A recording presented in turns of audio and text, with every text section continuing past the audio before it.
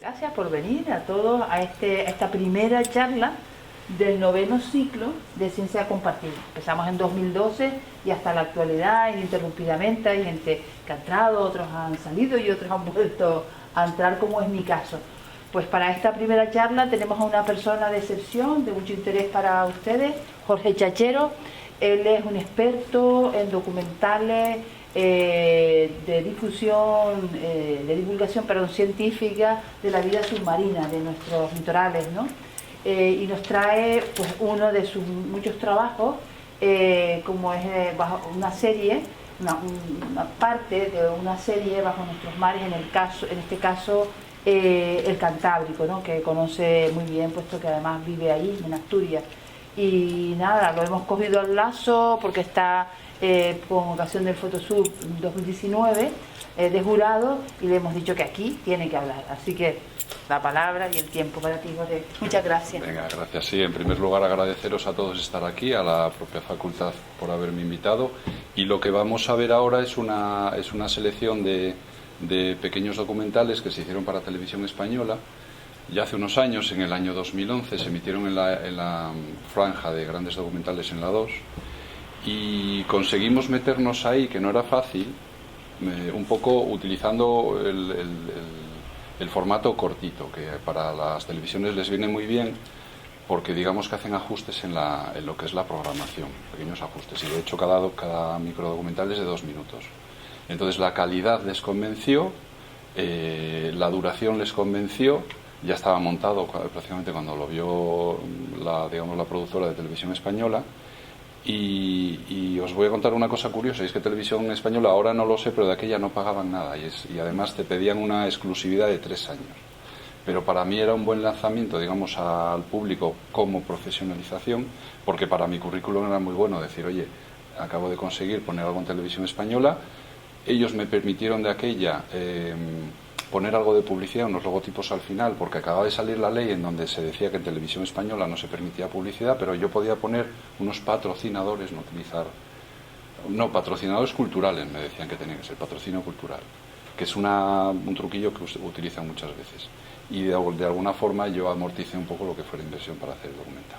Bueno, lo vemos, y si queréis luego si tenéis alguna pregunta sobre esta cuestión así a lo mejor más técnica, o si queréis más sobre especies del Cantábrico o particularidades del Cantábrico a la hora de fotografías, y por ejemplo los que estáis así más cercanos a la imagen submarina, qué particularidades tiene el Cantábrico, o cómo se consigue hacer un vídeo submarino en general. Y ahora mismo que acaba de dar un pequeño, se acaba de poner en reposo. No, vamos bien. Venga, pues cuando queráis, apagamos la luz.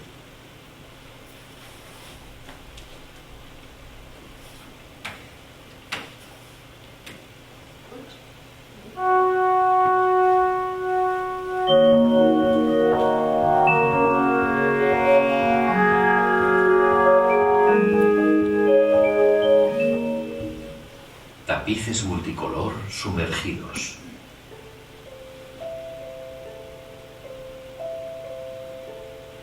Bajo la superficie marina, en las grandes piedras que tienen las paredes más verticales, se hallan unas curiosas colonias de pequeños antozoos llamados anémonas joya.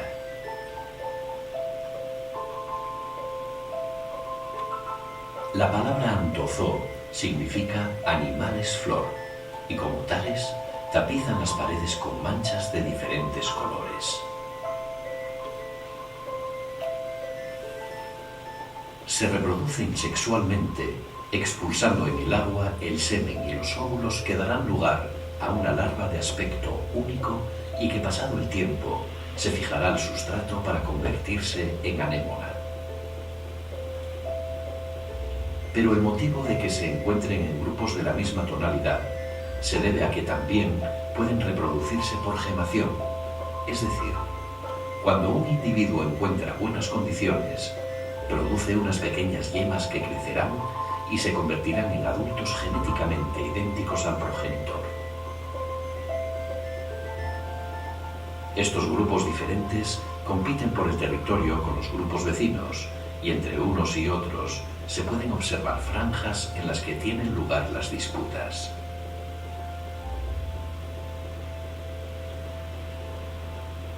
Las anémonas joya tienen 1 centímetro de altura y de diámetro, aunque con los tentáculos abiertos pueden superar los 2 centímetros. Se alimentan de las partículas nutritivas que viajan en el agua, a las que capturan con sus pequeños tentáculos terminados en unas bolitas de color llamadas aerosferas.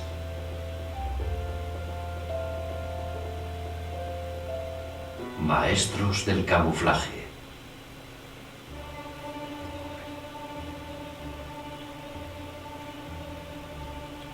Ver sin ser visto. Esta es una de las estrategias que utilizan muchos seres para sobrevivir en el mar. Algunos animales utilizan el camuflaje para esconderse de sus enemigos, pero otros se mimetizan para convertirse en cazadores y poder sorprender a otros seres de los que se alimentan. En esta lucha entre depredadores y víctimas, se utilizan diferentes técnicas para esconderse. Pueden adoptar la forma y el color de las piedras, como hacen los pulpos,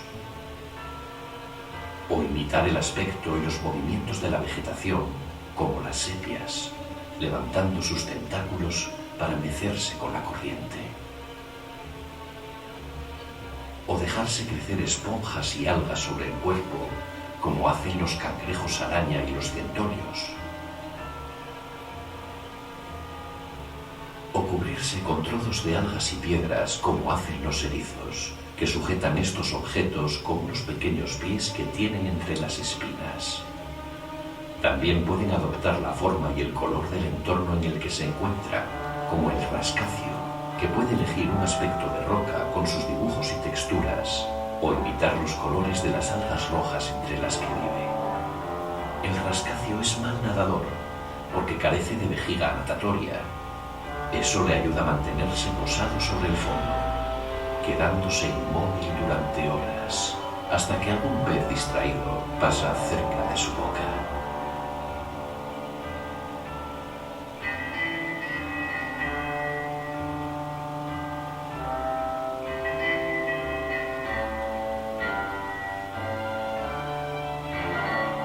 Animales ancestrales. Los equinodermos son un grupo de animales que aparecieron en el período cámbrico, hace más de 500 millones de años, y los restos fósiles nos confirman que muchas características de las especies actuales apenas han sufrido cambios a lo largo del tiempo.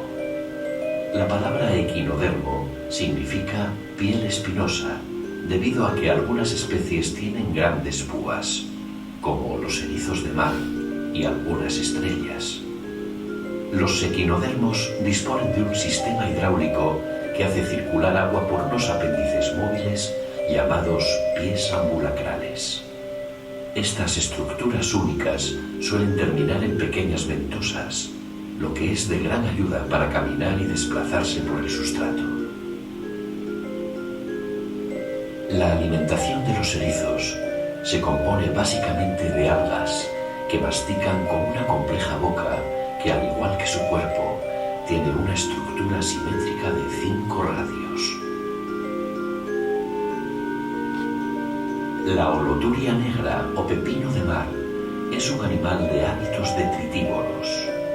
Engulle el sedimento para expulsarlo después de haber retenido la materia orgánica que contenía.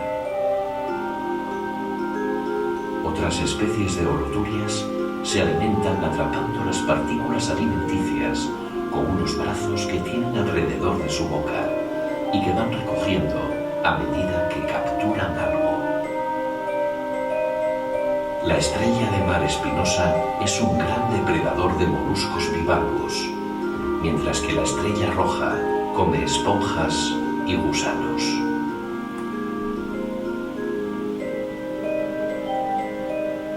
El arco iris bajo el mar.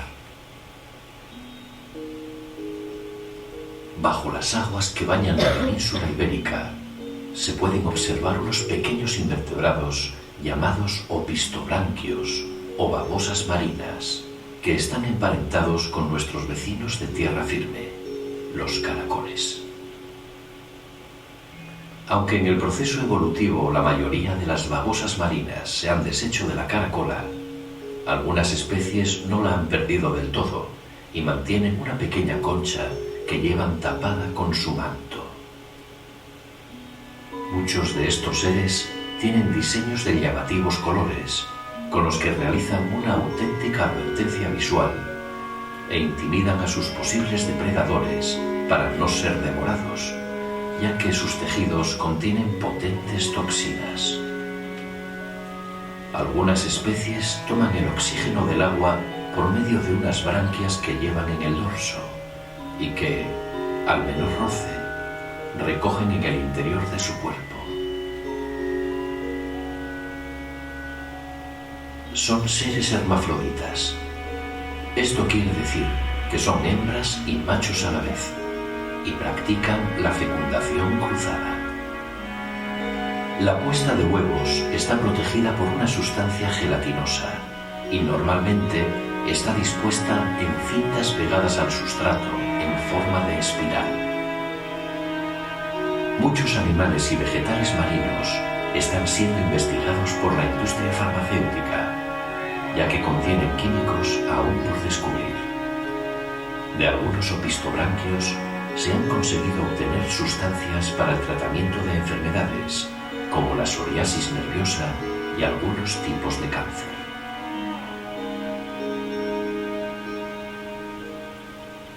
El lábrido más bonito.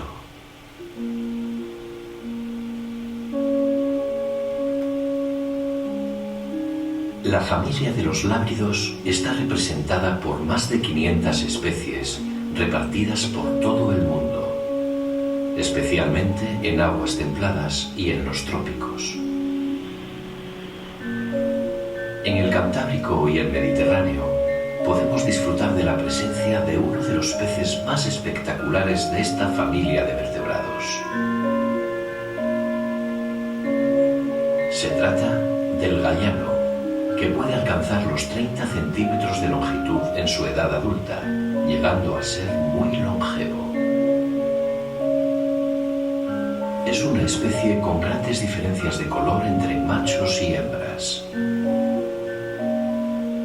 Mientras que las hembras tienen un tono rojizo anaranjado, con 3 manchas negras junto a la aleta dorsal, los machos presentan unos dibujos azul brillante en la cabeza y a lo largo del cuerpo combinados con tonos naranjas que les dan un aspecto realmente llamativo. Los gallanos, al igual que otros lábridos, son hermafroditas secuenciales, es decir, primero son hembras y luego, en un momento dado, se convierten en machos.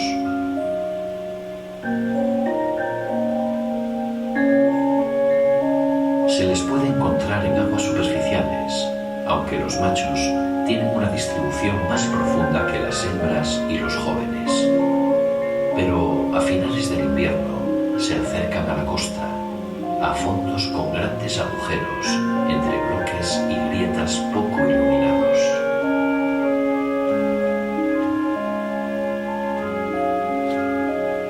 Corales en los mares templados.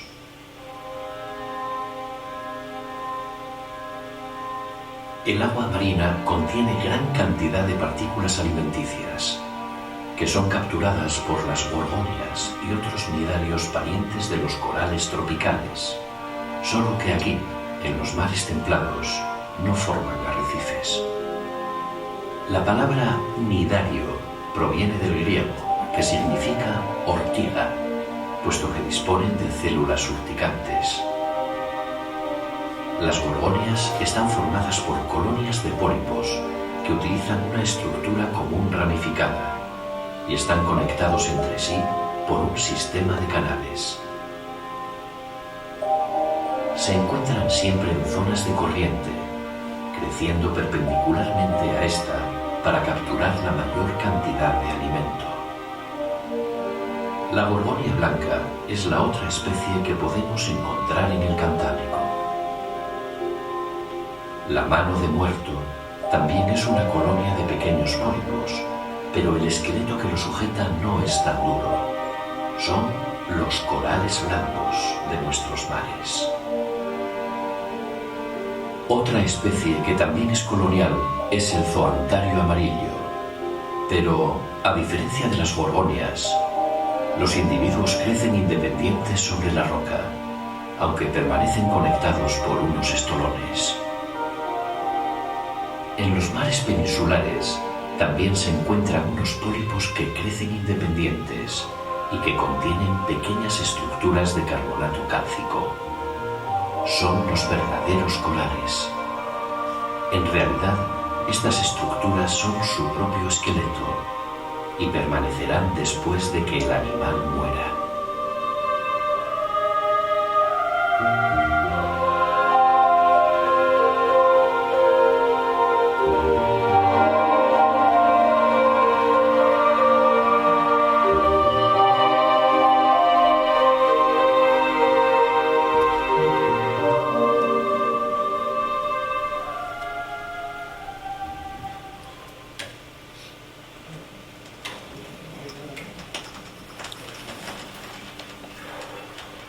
Bueno, ¿qué os pareció?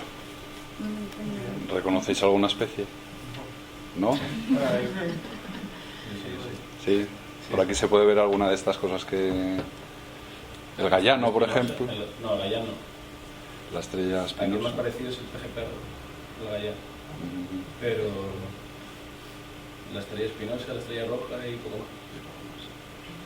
Y de los corales, por ejemplo, los corinazis, no se ve nada. La gorgonia roja, la blanca no sé si la hay aquí más en profundidad, pero sé que hay la gorgonia roja y la gorgonia amarilla aquí. Y bueno, coral de fuego. Coral de fuego, coral negro también a lo mejor en zonas más profundas. Puede ser, ¿no? En el Claro. hierro. ¿El qué? En el hierro, creo. En el hierro, sí, es que me suena a mí de verlo en el hierro. En cuanto a las gorgonias blancas, nosotros llevamos buceando 20 años en la misma zona donde está grabada la mayoría del documental y prácticamente siguen teniendo el mismo tamaño. Es increíble. No sé si hay estudios hechos al respecto del desarrollo que tienen, si les favorecen ciertos años o les perjudican, pero llevamos grabando esos 20 años y están como el primer día, en tamaño, me refiero al tamaño, es una cosa muy curiosa.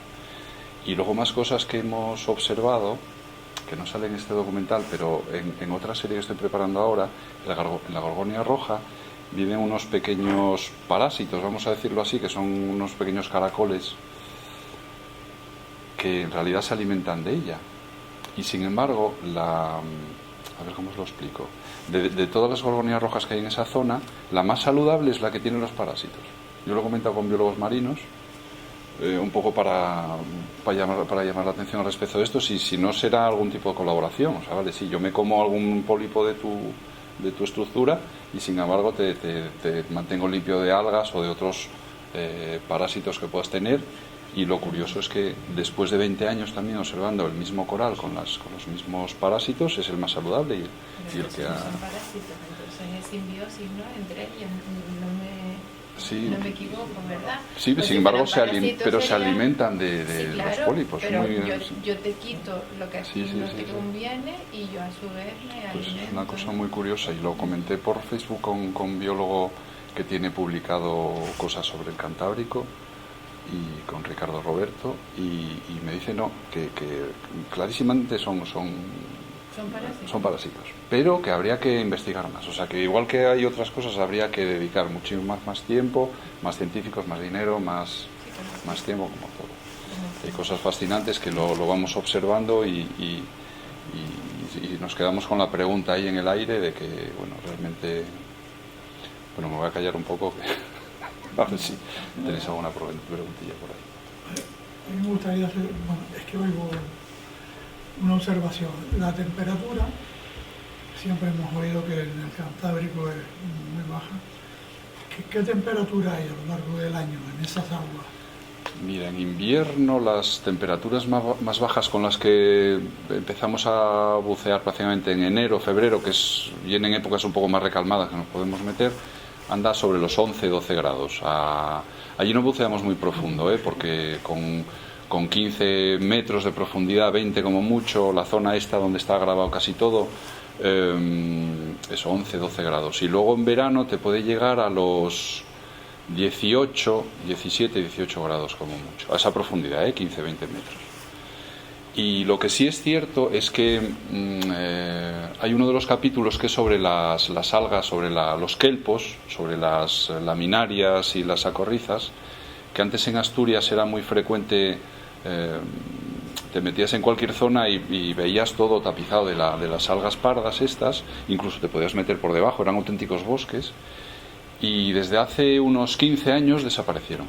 Del Cabo Peñas hacia el este ya casi no se ven, del Cabo Peñas hacia el oeste se van viendo un poco más hasta Galicia, prácticamente las rías, lo que llaman las rías altas, Vivero y por ahí, que ya las puedes ver con más frecuencia.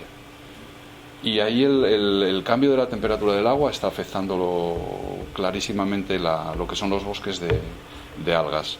Y se está notando pues en todo el ecosistema que viene detrás, sobre todo lo notan mucho los mariscadores.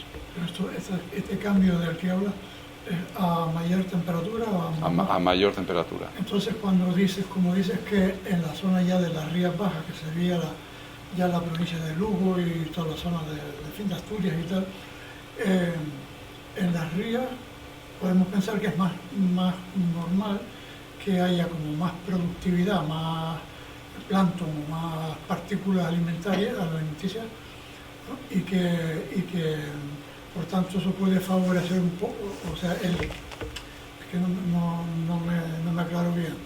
O sea, vamos a tener más cantidad de microflora o microfauna que, por lo que yo veo, al ver tanta partícula caminando, cuando estamos viendo las imágenes, hay montones de partículas que se están moviendo, que pienso yo que sean las que atrapan todos los invertebrados para su alimentación. Y en las rías te puede constar que la temperatura es algo superior. No, al revés.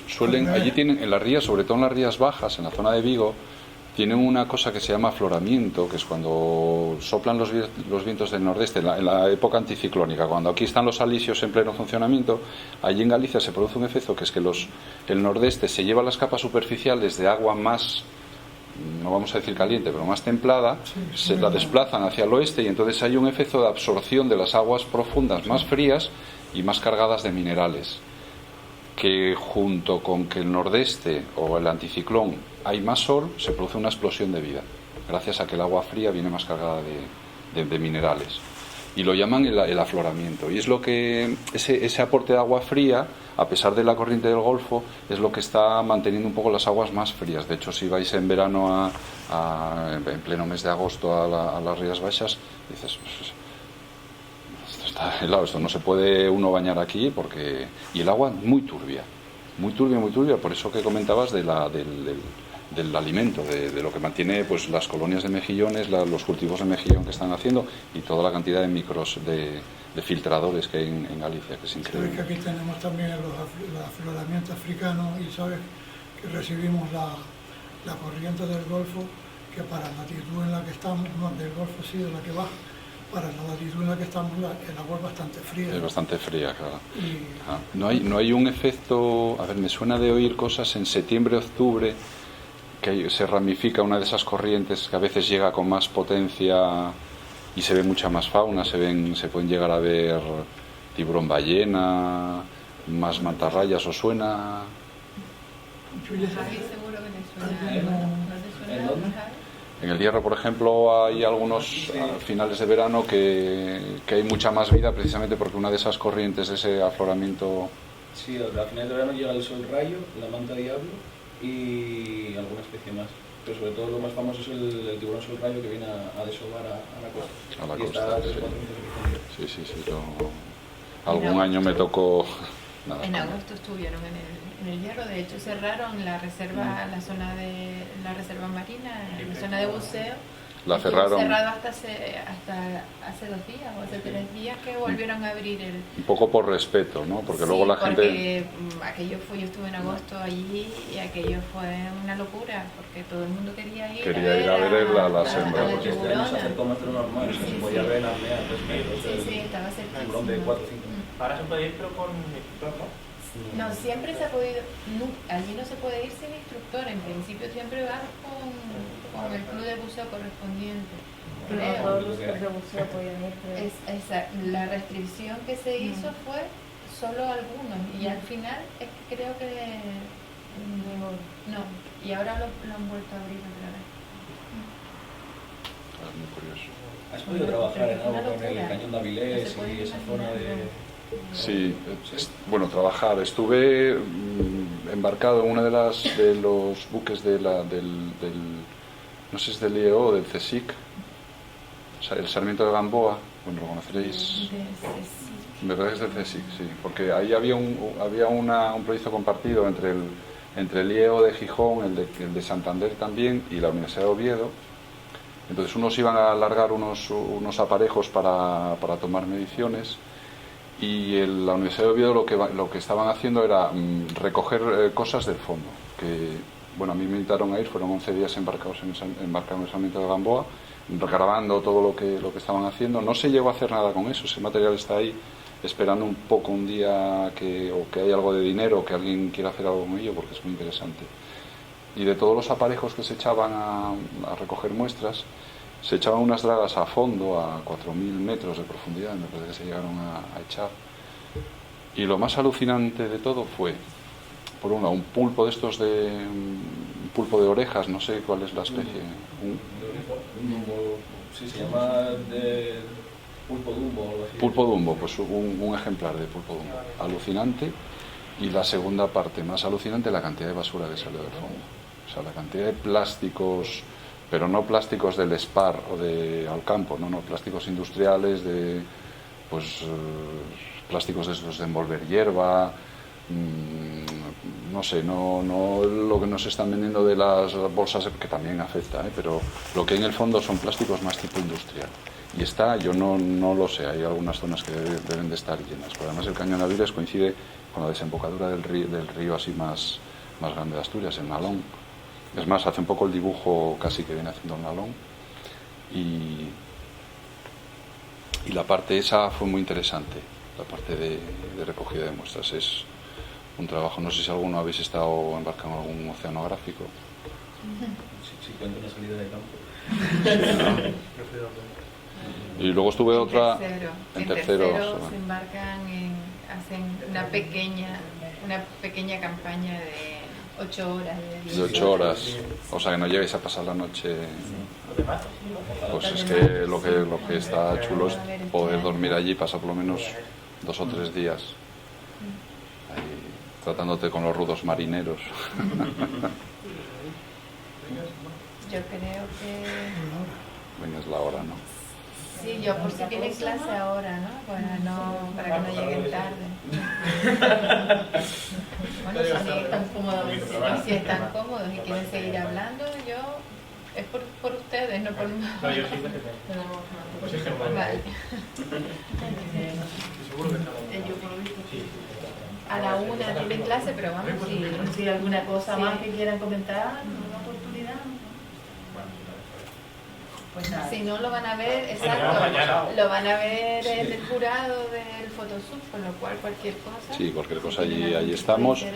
Incluso si queréis la web de la productora, bueno, es documentazul.com, si queréis algún día contactar o alguna pregunta, alguna historia o ver otros trabajos que tenemos ahí. Hicimos un trabajo muy chulo sobre la salamandra de Oviedo, que no os toca muy de lleno, pero es muy interesante, un estudio genético que se hizo en las poblaciones que hay dentro de la ciudad, que se quedaron encerradas, y realmente se descubrió que las poblaciones que más separadas llevaban del resto de la población estaban dentro de un convento que hay en el centro de Oviedo, las salamandras de Oviedo, sí, las salamandras.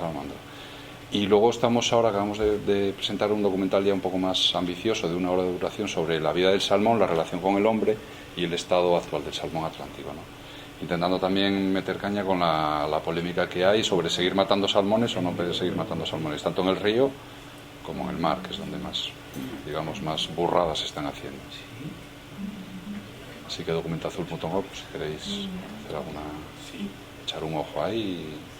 En la noticia que pusimos sobre esta charla, pusimos un enlace a lo que era el currículum, ¿no? Así que ahí pueden mirar todos los trabajos. Todos los trabajos que hay. Bueno, hay cosas que no están públicas, pero si alguno estáis interesados, hoy os paso el enlace, o incluso vosotros o algún profesor si quiere echar mano del trabajo. Nosotros estamos haciendo charlas normalmente junto con el codirector, con el guionista, que es David Álvarez, que él sí es biólogo y no soy biólogo.